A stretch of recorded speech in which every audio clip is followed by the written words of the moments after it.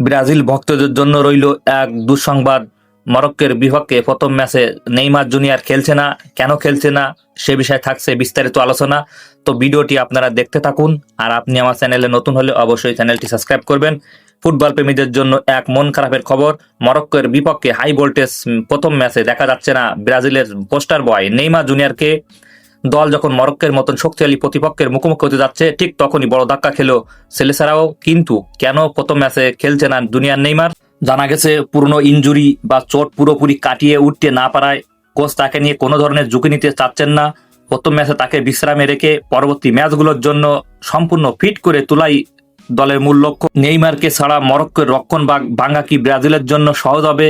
আপনার কি মনে হয় এই ম্যাচে কে জিতবে, ব্রাজিল না মরক্কো? এখন কমেন্ট বক্সে আপনার মূল্যবান মতামত জানিয়ে যাবেন। আর ফুটবলের সব লেটেস্ট আপডেট পেতে চ্যানেলটি অবশ্যই সাবস্ক্রাইব করে পাশে থাকবেন।